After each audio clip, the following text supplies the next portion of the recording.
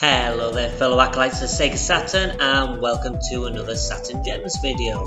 The series where we look at a variety of different gems for the system, including imports, local titles, cheap games, expensive games, hidden gems and well-known titles. Hopefully there's something there that's for everyone. Right, let's not waste any time, let's get cracking.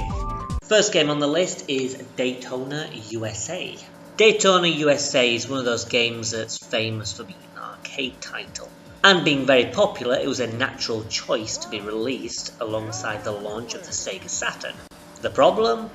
Sega rushed the launch of the Sega Saturn, and they had to rush development as well on a bunch of different games, including Daytona USA. The original version of Daytona USA was a port of the arcade. It was a pretty decent port, but it contained a lot of issues. Most notably, the pop-in in the game is absolutely horrendous. They later did a revised version, but they also tweaked a bunch of other things as well, and this version kind of removed the arcade feel. However, in Japan they also got a further revision of the Circuit Edition, which is sort of like a mix of the two.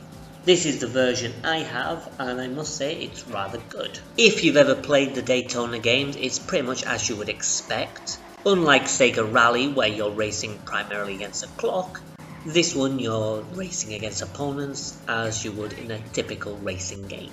The visuals are nice, the cars are well designed, and the environments look pretty too. The music, as per all Daytona games, is pretty much top notch. The two main gripes I have, which are kind of mixed together to be honest, is the difficulty and the controls. I find it a lot harder to control than the likes of Sega Rally. I suck at both games, but with Daytona I find the handling to be a lot more difficult. That said, I do suck at racing games anyway, so it's probably something that's not going to be too difficult for racing fans. Just bear in mind that it may take a little bit of getting used to.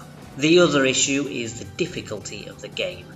Again, this is probably linked to me sucking at the game, but the game does seem to be substantially more difficult than other racing games I've played. Whether or not that's a problem is completely up to you. Daytona has a great reputation, and for good reason. Speaking of genres I suck at, the next game on my list is Darius Guy, or Darius Gaiden, however you want to pronounce it. Darius Gaiden is a horizontal, side-scrolling shoot-'em-up, a genre which I despise. Shoot-'em-ups generally fall in the bullet hell category, where you are normally just dodging a lot of bullets on screen, and I don't find that enjoyable at all. Even shoot-'em-ups that aren't bullet hells, I still struggle to find fun with, because I find the gameplay just not enjoyable for the most part. That being said, Darius Gaiden is not a bullet hell shooter, and I'm pleased to say it's a shoot 'em up that I actually do find enjoyment in. You control a ship as you go through these crazy worlds. You're fighting effectively space fish, and each enemy and each boss is designed around particular fish. It's a really beautiful game, and I'm not even sure how to describe it. I mean, you've got genres like cyberpunk, steampunk. This is sort of fish punk? Steam fish? I don't know. How would you describe this? Anyway, the game has a beautiful aesthetic style and a soundtrack to match. The soundtrack is absolutely phenomenal. The game isn't the longest game in existence. However, the good thing about Darius Gaiden is that after you beat each stage, you have a choice between two possible levels to go to. These paths branch out and total, I think, around 20 odd unique levels in total. But because the tree system, it means that you can take much more than 20 unique paths, making most run-throughs of the game potentially unique. The game is not the easiest, but there are codes that can give you extra continues, auto fire, and easier difficulty, and you can use one or a combination of those in order to make things easy for you. You have access to black holes, which are extremely useful.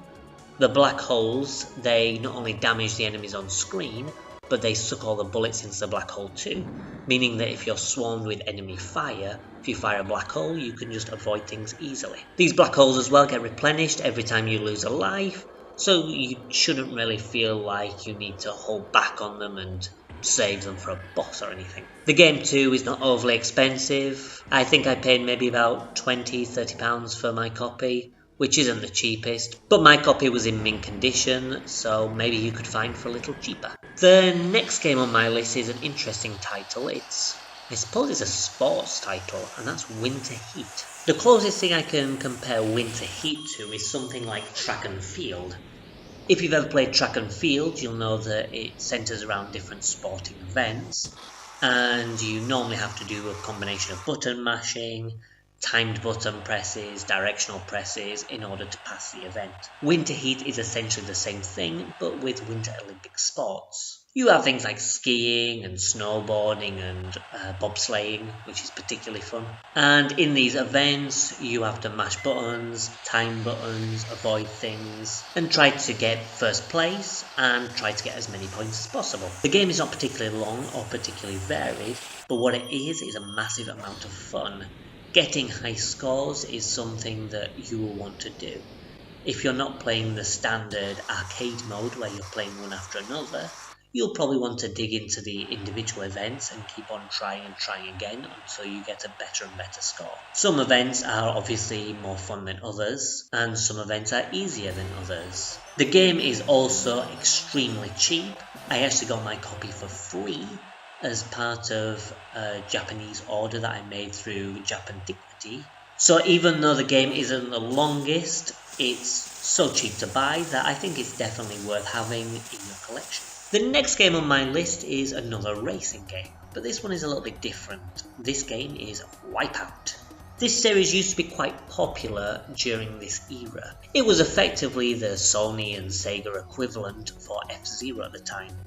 F-Zero gained quite a fair bit of popularity before Nintendo completely forgot about the series, and Wipeout was essentially the same but with weapons. That's not saying anything against Wipeout. It is a very good game where you control these anti-gravity ships going through futuristic and quite intense race courses. Even though it is basically an F-Zero imitation, it does it so well that I think the game is noteworthy in its own right and very well deserving of its popularity for the time. As I mentioned before, it does include weapons, but they are probably the weakest part of the game. In fact, I found the weapons to be largely useless. Whenever I collected an item, if it wasn't the speed boost, I would just waste it.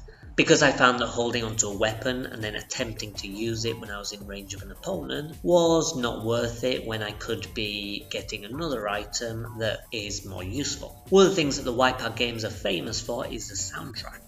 And that is for extremely good reason. The soundtrack is very, very good in this game. You have these pumping electro tunes that really fuel you with energy while you're careening down these tracks. The tracks are also a lot of fun as well, albeit they're quite difficult. The game is extremely punishing in its difficulty, and I'm not just saying that as someone who sucks at racing games. If your vehicle touches the side of a track, your speed drops to 0. And when your speed drops to 0, expect a lot of opponents to come rushing past you. It's an extremely punishing system, and I believe they actually changed that in future Wipeout games. So what you'll end up doing is replaying tracks again and again until you can more or less do it perfectly in order to win. It's a fun game, and it's another budget title for the system. You can pick it up for relatively cheap. And the final game, which is my pick for this video, is Stellar Assault SS. Stellar Assault SS is a Japanese exclusive release and is actually the follow-up to Stellar Assault on the 32X. You've probably never heard of Stellar Assault on the 32X, and for good reason. The 32X was a system that was dead before it was even launched. But don't worry, because with Stellar Assault SS, you don't actually need to have played the prior game previously in order to appreciate it.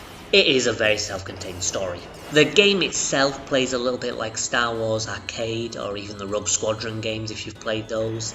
It's sort of a space combat sim. You control one of 2 different Feather class ships for the SSF, and these ships offer 2 different playstyles depending on how you want to play. One of them has an auto lock-on system where you lock onto enemies and you can get easy shots on them.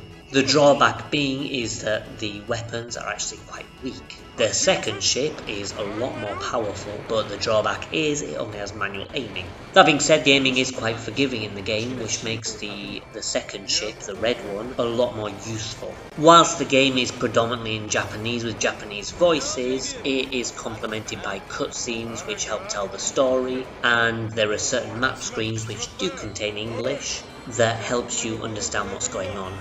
You may find at first that you're a little bit lost in the story, but by the end you'll get the general gist of it and know what's happening in the story. The big draw for the game, and what makes the game so damn good, is the actual missions themselves. They offer a wide variety of different objectives, from destroying enemy aircraft, of course, to blowing up these rocket boosters that are placed around asteroids, to flying through the centre of an asteroid and taking out the shield system. You have levels in space, you have levels that are on the surface of a planet, and you've even got levels that are flying through the clouds above a planet. The variety of levels and objectives really are a whole lot of fun. In fact, I would say that this game rivals the Rogue Squadron series in terms of enjoyment. The game also looks beautiful and has a brilliant soundtrack, and to be honest, it's actually one of my favourite games on the Sega Saturn. It's not a cheap title. In fact, you'll probably struggle to get it under €100. That being said, I find the game so enjoyable that it's worth the €100 price tag. It really is that damn good. So, those are the games that we covered this time. We had Daytona USA Circuit Edition, Darius Guy, Winter Heat, Wipeout, and Stellar Assault SS. Out of those games, I would say the first four are definite must-buys, because not only are they a lot of fun, but they're also very cheap as well. You can probably pick up each individual title for 20 or even in some cases a lot less, and as such I think that it's worth picking up just to add to your collection anyway. As for Stellar Assault, it's definitely the game that I would consider the best of the 5, but the price tag would probably mean that it's only worth getting if you like these kind of games.